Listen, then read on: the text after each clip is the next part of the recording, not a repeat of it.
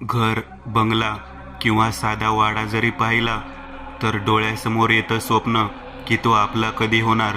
पण अशीच वास्तू आपल्या जीवावर उठली तर मनुष्य एकदा प्रेत योनीत गेला की त्याला भावना शून्य होतात.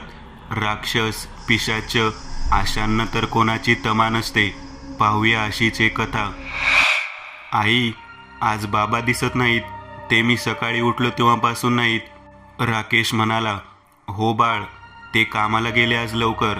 अच्छा, ठीक आहे. राकेश फक्त 8 वर्षांचा होता आणि त्याची आई गरोदर होती. म्हणजे तब्बल 8 वर्षांनी त्याच्या घरात परत पाळणा हलणार होता. त्याचं आयुष्य कसं सुखात होतं, पण लवकरच त्यांच्या आयुष्याला ग्रहण लागणार होतं. याची सुरुवात कशी आणि कुठून झाली ते पाहू. 26 वर्षांपूर्वी चंदनपूर गाव तसं गजबजलेलं होतं. लोक मिळून मिसळून राहणारी होती. कोणाच्या घरी काही कार्यक्रम असेल तर गावकरी मिळून करत असे. पण असे काय झाले होते की आता गावकरी घराच्या बाहेर पडायलाही मागत नव्हते. चंद्रकांत पाटील हे गावाचे बडे साहेब होते. राजकारणात त्यांची चांगलीच वट होती. पण त्यांचं असं कोणी शत्रू होतं की ज्याने त्यांच्या परिवारासोबत असे केले होते. वर्तमानात. आई, बाबा आले की त्यांना चॉकलेट आणायला सांग ना. हो, बघू. इतक्यात त्याचा मित्र त्याच्या घरी येतो. काकू, राकेश आहे का? हो, आत आहे. त्याला खेळायला पाठवा ना. ठीक आहे, तूच बोलव ना. तन्मय त्याला खेळायला हाक मारतो. त्याचबरोबर राकेशही त्याच्यासोबत खेळायला निघून जातो. इथे राकेश खेळत असताना त्याचा बॉल चुकून मंदिराच्या परिसरात येऊन पडतो. हां, राकेशने शॉट मारला, मग राकेशच जाईल. हर्षित म्हणाला. ठीक आहे. राकेश त्या मंदिराच्या परिसरात प्रवेश करतो. तसा त्याच्या हातावरचे निशाण चमकू लागतात आणि ते जेव्हा जेव्हा चमकायचे तेव्हा तेव्हा राकेशला त्रास होत असे. राकेश बॉल तर घेऊन आला नाही, पण त्याच्या वेदना घेऊन मात्र आला होता. त्याला होणाऱ्या वेदना पाहून सर्वजण घाबरले आणि त्याला घेऊन पटकन त्याच्या घरी गेले. काकी, ह्याला बघा ना कसा त्रास होतोय तो. काय बाळा, तू मंदिरात गेला होतास का? हो, मंदिर परिसरात गेलो होतो. तू कधीच मंदिरात जायचं नाही आहेस. पण का आई? नाही बोलले तर समजत नाही का? राकेशने आईला काही प्रश्न केला नाही. त्याच्या आईने त्याच्या वेदनांवर मलम लावले. त्या दिवसापासून कधीच राकेश मंदिरात आणि त्याच्या परिसरात पण गेला नाही. पण त्याची आई त्याला घेऊन नेहमीच काळजीत होती. त्याची आई मनात बोलत होती, ह्याला कसं सांगू की हा शैतानी अंश आहे. त्याच्या मनातला शैतान जागा होईल. तुम्हाला नेमके कोडे पडले असेल. हे सत्र कसं आणि कुठून सुरू झालं ते अजूनही पाहायला मिळत नाही, पण मिळेल लवकरच. पाटील वाडाच नाही तर ते घरानं पण राक्षसमय झालं होतं. ह्याची सुरुवात कुसुमताईपासून झाली होती.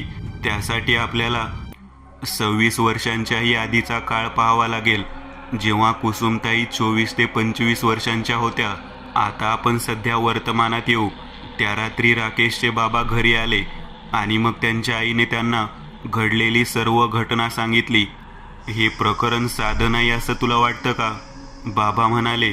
हो, कारण त्याच्या हातावरचे ते निशाण साधे नाही. राकेशच्या वडिलांचे नाव विनय होते आणि आईचे नाव कमला. अगं, ते उन्हात चमकलं असणार इतका विचार का करते? आता कमलला समजलं की विनयला सांगून काही होणार नाही, त्यामुळे ती काही बोलत नाही. राकेश थोडा मोठा होतो, म्हणजे 18 वर्षांचा घोडा होतो. आता त्याला जवळजवळ काही गोष्टी समजू लागतात. आई, आम्ही ना आता पिकनिकला जायचा विचार करतोय. जा ना, पण कुठे जातोय? चंदनपूर. हे ऐकल्यावर त्याच्या आईच्या पायाखालची जमीन सरकते. नको, तिथे नको जाऊस. काय? पण का? मी बोलले ना, नको तर नको. पण आई, का ते तरी सांग. तुला माझी शपथ आहे, जर का गेला तर माझं मेलेलं तोंड पाहशील. राकेश 18 वर्षांचा तर झाला होता, त्याचबरोबर त्याच्यामध्ये काही बदलही झाला होता. तो प्रचंड आस्तिक होता, त्यामुळे त्याच्या हातावरील ते चिन्ह त्याला नेहमी त्रास देत होते. राकेश, मला एक कळत नाही की हे चिन्ह कसले? तन्मय म्हणाला. मला नाही माहीत. पण तुझ्या आईला एकदा विचार. आई काही नाही सांगत. मग तुला तुझं शोधावं लागेल. ठीक आहे दुसरीकडे. अहो माझं ऐका, राकेश साधा नाही. मग काय तो राक्षस आहे का? हो, तो राक्षस आहे. काय तू पण हे असले फालतू विचार करत बसते का? तुम्हाला कसं सांगू मी आता? ठीक आहे, जर तू बोलत आहे की राकेश हा राक्षस आहे तर आपण नमुना पाहूया. म्हणजे म्हणजे हे की आपण त्याला देवासमोर बसवू. काय? नाही, त्याला त्रास होतो. म्हणजे तो अमावस्येचा आहे आणि राक्षसाचा अंश असल्याने त्याला देवासमोर जाणे म्हणजे आगीत तेल टाकण्यासारखे आहे. याचा अर्थ तुला हे आधीपासून माहीत आहे? हो, मला सासूबाई बोलले आहेत. म्हणजे आईलाही हे माहीत होतं तर? माहीत होतं. पण आता राकेश हा राक्षस आहे ते कसं तपासायचं ते त्याला समजत नव्हतं. इतक्यात राकेश घरी आला. बाबा, आज लवकर आलात? हो बाळ, आज ऑफिसात जास्त काम नव्हतं. अच्छा, मी जरा खोलीत आहे. ऐक ना बाळा, माझं एक काम करशील का? बोला ना बाबा, मला देवाच्या इथून पोथी आणून दे ना. पण आई, मी कसा तिथे जाऊ शकतो? पण प्रयत्न कर ना. राकेश जसा देवाच्या खोलीत शिरतो तसा त्याचे ते निशाण चमकू लागतं आणि ह्यावेळी विनय ते पाहत होता. पाहिलं का? म्हणजे तू खरं बोलत होतीस. मी कधी खोटं बोलत नाही. पण आता काय करायचं त्याचा विचार करतोय. त्याआधी राकेशला थांबवा. राकेशला ते थांबवणार इतक्यात तोच पळत बाहेर येतो. आई, खूप वेदना होत आहे. आता त्यांना काहीतरी करणे भाग होते, कारण असे किती पिढ्या हे सत्र चालूच राहणार होते. माझा मित्र आहे, एक त्याच्या ओळखीतले गृहस्थ आहेत. ते आपली मदत करू शकतील. ठीक आहे. त्यांना आता काहीतरी करणे आवश्यक होते, नाहीतर अनर्थ होणार होता. विनयने पटकन त्याच दिवशी त्या मित्राला कॉल केला आणि परिस्थिती सांगितली. तेव्हा त्याने एकनाथ यांचा नंबर त्याला दिला आणि कॉल करायला सांगितला. तसा विनयने त्यांना कॉल लावलाही. हॅलो, एकनाथ बोलताय का? हो, बोला. मला तुमची मदत हवी आहे. बोला, कसली मदत? आमच्या घरी याल का? मग बोलू. ठीक आहे. एकनाथ आणि त्यांचा शिष्य नाथा विनयच्या घरी आले होते. या बसा, आधी आराम करा, मग बोलू. विनय म्हणाला. ठीक आहे. एकनाथ त्या पूर्ण घरात फिरतात आणि शेवटी राकेशच्या जवळून जातात. तेव्हाच ते थांबतात आणि बोलतात. तुमच्या घराण्याला एक प्रकारचा श्राप किंवा त्रास बोलू तो आहे की या घरातले पहिले मूल हे राक्षस अंश असणार आणि राक्षसा पहिला मुलगा आहे तुमचा. एकनाथ म्हणाले. हो, पण हे तुम्हाला कसं काय माहीत? मी जाणतो, पण हे सत्र का आणि कसं सुरू झालं त्याबद्दल जाणून घ्यावं लागेल. पण कसं गुरुजी? त्यासाठी तुमच्या पंजोबांपासून ते आतापर्यंत पाहावं लागेल. पण माझे पंजोबांपासूनचं आता कोणी जिवंत नाही. पण मी ते जाणून घेऊ शकतो. एकनाथ यांनी काही तास मागितले आणि एक खोली. तसेच ते त्या खोलीत ध्यान करेपर्यंत कोणीही त्या खोलीत यायचं नाही असे बजावले. तर राकेशच्या हातात चमत्कारितरित्या बदल होत होते. त्याला खूप दुखत होतं. काहीतरी चाळा करावा वाटत होता. हे सर्व तो शैतान करत होता. राकेशच्या मार्गाने परत तो ह्या जगात यायला पाहत होता. आणि हे राकेशसाठी नवीन नव्हतं, कारण याआधी पण दोनदा त्याला असं करावं वाटलं होतं. राकेशने स्वतःला एका दुसऱ्या खोलीत बांधून घेतले, कारण त्याला त्याच्यामुळे काही विघ्न नको होते. हा राकेश कुठे गेलाय? आता तर इथेच होता, मग अचानक कुठे गायब झाला? त्या दोघांना कळत नव्हतं. पण त्यांच्या बाजूला उभा असलेला नाथा म्हणाला, त्याला एकनाथ यांना त्रास द्यावा वाटतोय आणि म्हणून तो त्यांना त्रास होऊ नये म्हणून दुसऱ्या खोलीत गेला आहे. अच्छा, पण त्याला काही होणार नाही ना? नाही, पण तो बाहेर म्हणजे इथे राहिला असता तर नक्कीच आपल्याला आणि एकनाथांना धोका असता. अच्छा, पण असं का? कारण तो एक राक्षस अंश आहे आणि त्याचा बाप त्याच्या मार्गाने इथे यायचा प्रयत्न करतोय. पण तुम्ही त्याला ते शैतानाचा मुलगा का बोलत आहात? त्याच्यात तुमचा अंश नाही, शैतानी अंश आहे. पण सांभाळ तर मी केला आहे ना? अर्थातच सांभाळ तुम्ही केलाय, म्हणून तर तो तुम्हाला काय करत नाही पटकन, पण करणार नाही असेही समजू नका. ठीक आहे, पण आज त्यांचं नशीब कसं खेळ खेळणार होतं ते कोणालाच माहीत नव्हतं. ए भटक भवाने, त्या माणसाला इथून जायला सांग, नाहीतर तुझी मुलगी गेली ना बाहेर, मग ती परत येत नाही बघ. नाथा सोडून कोणाला काहीच कळत नव्हते की काय चालू होते. हे काय बोलतोय तू राकेश? हा तुमचा राकेश नाही, तो सैतान आहे. काय? हो, त्याच्या हातातील तो पवित्र धागा तुटला आहे. पहा, काही काळजी करू नका. नाथा म्हणाला, ए खुळ्या, त्यांना काही काळजी करू नका बोलतोय, पण तुला कसं वाचवणार ते पाहशील तू. नाथाने त्याच्या जवळ असलेल्या थैलीतून करेचे पाणी बाहेर काढले आणि त्याने त्याच्या अंगावर शिंपडले. तसा राकेश थोडासा मागे सरकला. तुला काय वाटलं की असे खुळचट प्रकार करून मला थांबवशील? राकेश म्हणाला, हे भयंकर होत जात आहे, वेळेवर काहीतरी उपाय करावा लागेल. नाथा म्हणाला.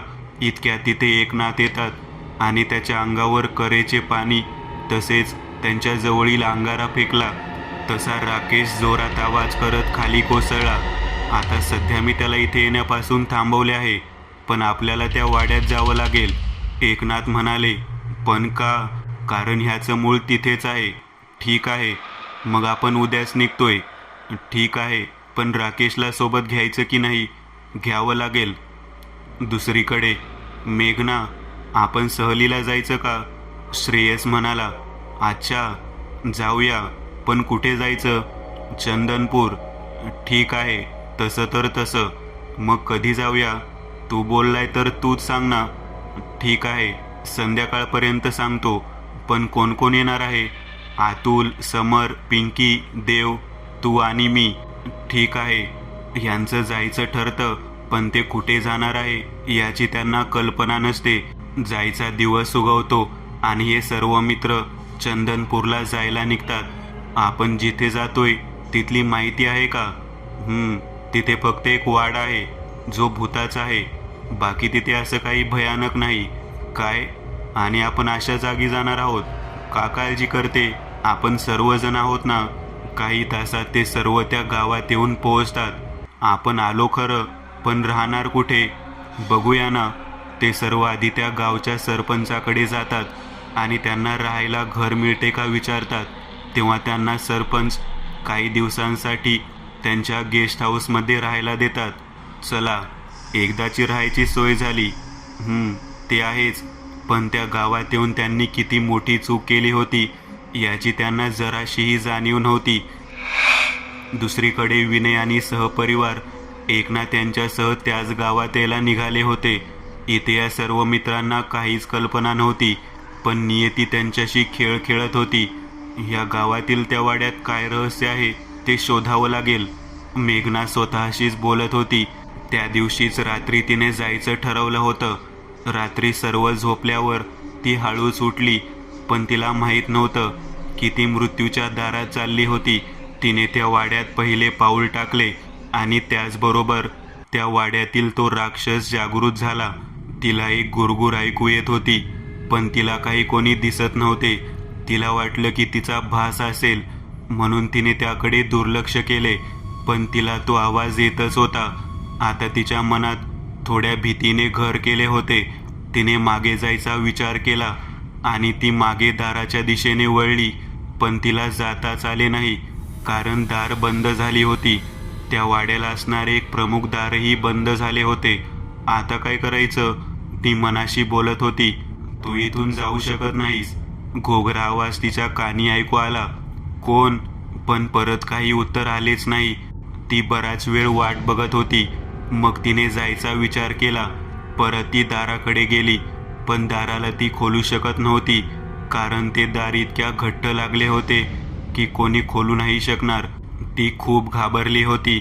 अचानक काय माहीत 10 मिनिटानंतर आपोआप ते दार उघडले गेले आणि तिने मोकळा श्वास सोडला. ती पटकन पळत पळत बाहेर पडली आणि ती राहत होती त्या घरात जाऊन झोपली. दुसरीकडे हे सर्व होत असताना राकेशच्या मनाची अवस्था चलबिचल झाली होती.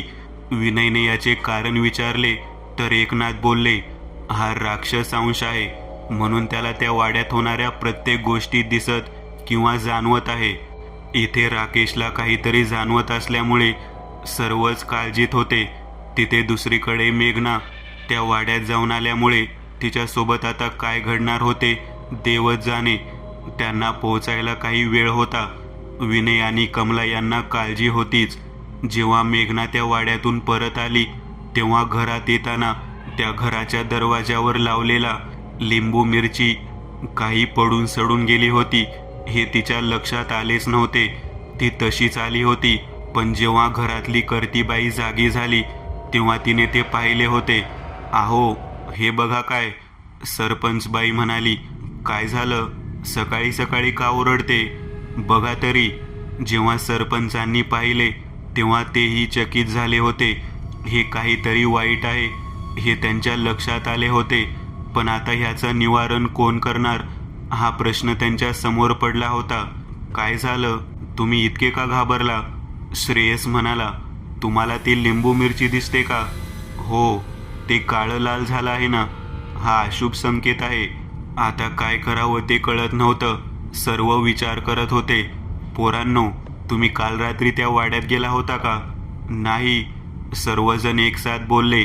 मेघना पण त्यात होती. कारण तिला ती वाड्यात गेल्याचं सत्य सांगायचं नव्हतं. कारण तिला भीती वाटत होती की जर कळलं तर हे काय करतील. सुमारे 10 वाजता एक कार सरपंच वाड्याच्या बाहेर येऊन थांबली. वाड्यातील सर्वजण बाहेर आले. त्यांनी पाहिले की कोणीतरी तेजस्वी पुरुष त्यांच्याकडे येत होता. "तुम्ही कोण?" "आम्ही एकनाथ आणि हे येथीलच रहिवासी आहेत. ह्यांना मी ओळखतो. पण तुम्ही इथे काय करताय?" "मला तो राक्षसी वाडा पाहायचा आहे." "काय? नका, तो वाडा नका पाहू." "का? काय आहे?" "त्या वाड्यात ते अभद्र आहे." "काय? मी नाही मानत." पण तिथे कोणीतरी होतं जे राकेशला पाहून खुश झालं होतं. पण कोणाचंही तिथे लक्ष गेलं नाही. कारण सर्वजण बोलण्यात गुंग होते. राकेशही तिला इशारा करत होता. पण इतक्यात एकनाथांचे लक्ष राकेशकडे गेले आणि त्यांना काहीतरी आठवले. त्यांनी सरळ त्यांच्या बॅगेतून करेचे पाणी आणि अंगारा काढला आणि राकेशच्या दिशेने भिरकावला. तसा राकेश शांत झाला. पण त्यांच्या या कृतीवर मेघनाचे डोळे लालबुंद झाले होते. जणू काही तिला ते आवडलं नाही. एकनाथांच्या नजरेतून हेही सुटले नाही. त्यांनी तिच्यासाठी पण तेच केले. पण सर्वजण हे पाहून अचंबित झाले होते. "काय झालं एकनाथ?"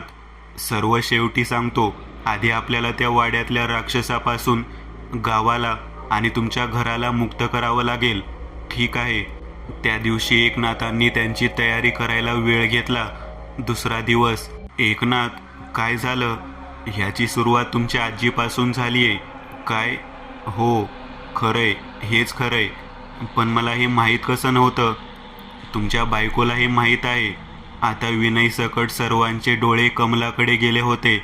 "मला काय पाहता असे? तुला इतकी मोठी गोष्ट माहीत होती आणि तुला मला सांगावं पण वाटलं नाही का?" "कसं सांगणार होते? तुमचा विश्वास तरी आहे का ह्या गोष्टींवर?" "विनय, ही वेळ वाद घालायची नाही तर काहीतरी करायची आहे." एकनाथ म्हणाले. दुसरीकडे, "राकेश, तू आलास. मी तुझीच वाट पाहत होते." मेघना म्हणाली, "हो, मी तुमचा अंश आहे असे आई बोलली." "हो, कारण माझ्यामुळे तुला जन्म मिळाला आहे आणि या धर्तीवर राज्य करायला मी तुला निर्माण केलं आहे." मेघना म्हणाली, "पण मी नाही पूर्ण होऊ देणार तुझा निर्णय." राकेश म्हणाला, "पण तुला काय करावं लागेल? कारण जर तू मला नाही बोलला तर तुझ्या कुटुंबाला मारून टाकेन." मेघना म्हणाली. आता राकेश जोरात ओरडला. त्याचा आवाज ऐकून सर्व त्याच्या खोलीत आले. पण त्यांना तिथे काहीतरी वेगळेच दृश्य दिसले आणि ते राकेशसाठी अनपेक्षित होते. मेघना एकदम शांत उभी होती. जणू काहीच झालं नाही. हा राकेशच जोरात ओरडला आणि त्याने त्या सर्वांना बोलावले होते असेच वाटत होते. पण परिस्थिती काहीशी वेगळी होती. "काय झालं?" विनय म्हणाला. "ही राक्षस आहे." राकेश म्हणाला, "काय? बघ, ती एक माणूस आहे." "नाही, ती राक्षस आहे." "बरं, चला आता खाली आपण चर्चा करू." खरं तर एकनाथांना कल्पना होती की मेघनाच्या शरीरात त्या राक्षसाचा वावर आहे. पण त्यांनी सर्व घाबरतील म्हणून काही बोलले नाही. सर्वजण मुख्य खोलीत आले. "एकनाथ, आता तुम्हीच उपाय करा. कारण त्या वाड्यातील अभद्र आमच्या वाड्यात आले आहे." पण त्यासाठी आपल्याला त्या वाड्यात जावं लागेल. पण तुम्ही यायची गरज नाही. मी आणि नाथा जाऊन पाहतो. ठीक आहे, पण तो वाडा भयानक आहे. तिथे तुम्ही एक क्षण पण थांबू नाही शकणार. मेघना म्हणाली. तुला कसं माहीत? त्याचं काय आहे की सरपंच आम्हाला कालपासून हेच सांगत आहे ना. पण एकनाथांना तिच्या बोलण्याचा अर्थ समजला होता. आता सर्वांनी काही तासांसाठी मेघना आणि राकेशला वेगळे सोडायचं आहे. एकनाथ म्हणाले. पण काय होईल ह्याने? मेघना ही त्या वाड्यात जाऊन आलेली आहे. काय? हो, खरंय. मग पोरी तू घरात का आलीस? तशी मेघना खसकन ओरडली. हो, मी त्या वाड्यात गेले होते, पण तिथून काही आणले नाही. जर तू काही नाही आणलं तरी तू त्या अभद्राला आणले आहेस. काय? आता ह्यावेळी मेघना ही मेघनाच होती. हो मेघना, ते तुझ्या शरीरात प्रवेश करून बसले. आता काय करायचं? त्याला घालवायचं असेल तर राक्षस मुक्ती यज्ञ करावा लागेल. अच्छा, मग लवकर करूया. तो इतका सोपा नाही, कारण त्याच्यात ते दार उघडणार आहे मी, जिथून हा जालिम राक्षस इथे आला होता. पण मग काय हवं आहे अजून? बोलूया नंतर. एकनाथ आणि बाकी सर्व मेघना आणि राकेशला एका खोलीत एकटे सोडून बाहेर आले. त्यांना पाहायचे होते की आता काय होणार. एकनाथांना जे अपेक्षित होतं तेच घडत होतं. राकेश, सर्वजण बाहेर गेले. हीच संधी आहे तुला तुझा अंश निर्माण करायचा. नाही, मला काही नाही करायचं, हे दोघे बोलत होते. आणि बाहेर सरपंच एकनाथांशी बोलू लागले. ही काय बोलते? ती बोलते की राकेश आणि मेघना जेव्हा जवळ येतील आणि त्यांच्यापासून जे बाळ होईल ते राक्षस असेल आणि ती त्याला त्याचसाठी प्रोत्साहित करते आहे. पण त्यांचं तर लग्नही झालं नाही.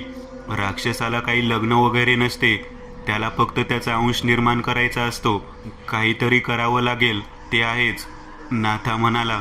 तू बोललास? एकनाथ थोडे हसतच बोलले. काय तुम्ही पण गुरुजी? नाथा म्हणाला. ठीक आहे, आता विचार करू की ही बाधा कशी दूर होईल. पण हिच्यावर हावी झालेला शैतान कसा निघून जाईल? मी बोललोय ना की त्यासाठी ते राक्षस आणि मानवी दुनियेतील मधले दार उघडावे लागेल. मग काहीतरी करा लवकर.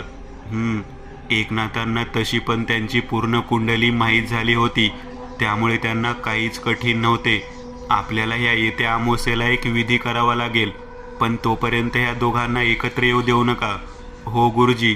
त्या रात्री गाव पूर्ण झोपलेला असताना राकेश यंत्रवत उठला आणि मेघनाच्या पाठी जाऊ लागला. एकनाथांना याची थोडी जाणीव होती, त्यामुळे जेव्हा त्यांना भनक लागली तेव्हा तेही त्यांच्या पाठी जाऊ लागले. आता काय होणार होते कोणालाच माहीत नव्हतं, पण एकनाथ लक्ष ठेवून होते. मेघना राकेश सोबत त्याच वाड्यात शिरली, पण एकनाथांनी राकेशला त्या वाड्यात शिरू दिले नाही. त्यांनी करेचे पाणी शिंपडले. तेव्हा तो भानावर आला आणि परत त्याच्या घराच्या दिशेने जाऊ लागला. पण मेघनाला हे समजले आणि ती परत त्याच्या पाठी जाऊ लागली. इतक्यात एकनाथ तिच्या आणि त्याच्या मध्ये आले. तुम्ही आणि इथे? हो, मी तुझ्या मागावर होतो, पण तुझी योजना सफल झाली नाही. ठीक आहे, पण तू माझी योजना विफल केली. आता मी तुला सोडणार नाही. एकनाथांवर तिने हल्ले चढवायला सुरुवात केली, पण नेहमी एकनाथ तिच्या हल्ल्यापासून वाचत गेले. तुला जमत नाही तर कशाला उगाच प्रयत्न करतोय? एकनाथ म्हणाले. मी हार नाही मानणार, बघ प्रयत्न करून. एकनाथांवर होणाऱ्या हल्ल्यातून ते दरवेळी वाचत होते, त्यामुळे एकनाथ हसतही होते. शेवटी त्यांनी तिला बंदिस्त केले आणि घरी आणले. एकनाथांनी आवाज दिला तसे घरातले सर्वजण एकनाथांच्या अवतीभोवती जमा झाले. काय झाले एकनाथ? मेघनाला आधी सोफ्यावर झोपवा, मग मोलकर्णीकडून तिला झोपवण्यात आले. आता बोला, आता बोला, सरपंच म्हणाले. राकेश कुठे आहे? एकनाथ. असेल ना खोलीत. कमला. ठीक आहे. राकेश दिसत नाही. सर्व इथेच आहे, पण राकेश नाही. आज झोपला असेल. त्याची झोप शांत आणि गाढ आहे. अमावस्येपर्यंत याचा संबंध होऊ देऊ नका. का? काय झालं? असे का बोलताय? कारण आता जर का ह्याचा संबंध झाला तर या जगात राक्षस जन्माला येईल. या बोलण्यावर तर सर्वच एखादा धक्का बसल्यासारखा डोळे मोठे करून एकनाथांकडे पाहू लागले होते. असे का बोलताय? कारण ते विधिविधान आहे. पण हे बदलू शकतो, कारण ह्याने सर्वांचा जीव धोक्यात आहे. पण मग कसं करणार ते पाहू आपण. दुसरा दिवस. चला उठूया आता, जास्त वेळ झोप नको, राकेश म्हणाला. राकेश त्याचा आवरून खाली आला. आलास? आता कसं वाटत आहे? बाबा, मला काय झालं होतं? काही नाही राकेश, तू मला सांग, लहानपणापासून तू कधी देवाजवळ जाऊ शकला आहेस का? नाही, मी फक्त देवाचं नाव घेऊ शकत होतो. अच्छा, म्हणजे बघ कमला, तुझी भक्ती दरवेळी वाचवते तुझ्या मुलाला. हो एकनाथ, पण आता काय करायचं? आमोसेपर्यंत वाट पहा तुम्ही, तोवर मी त्या वाड्यात जातो. त्याच दिवशी एकनाथ आणि त्यांचा शिष्य सोबत सरपंच आणि विनयला घेऊन बाहेर पडले. इथे सर्व मित्र आणि कमला, तसेच सरपंच बाई आणि राकेश होता. आई, चल ना, मी जरा गाव फिरून येतो, राकेश म्हणाला. जणू कोणाला हेच हवे होते, कारण राकेश जेव्हा हे बोलला तेव्हा मेघनाच्या चेहऱ्यावर खुनशी हास्य आले होते. जणू काही तिला हेच हवं होतं. बाळ, नको ना, तुझ्यासोबत एकतर खूप विचित्र प्रकार घडत आहे आणि आता मला कोणतीही अडचण नकोय. ठीक आहे, निदान मी खोलीत बसून पुस्तक वाचू शकतो का? हो ठीक आहे. राकेश जाणार नाही हे पाहून मेघना रागाने लाल लाल झाली होती, पण ती ते कार्य घरातही करू शकत होती. सरपंच बाई मेघनाकडे आल्या आणि तिला म्हणाल्या, माझ्यासोबत देवीच्या मंदिरात येशील का? नाही म्हणजे मी कशी येऊ ना, मलाही फिरायला जायचं आहे. तिथे फिरणारच आहोत ना, मेघना म्हणाली. पण तरीही ये ना सोबत, कंपनी होईल. ठीक आहे काकू.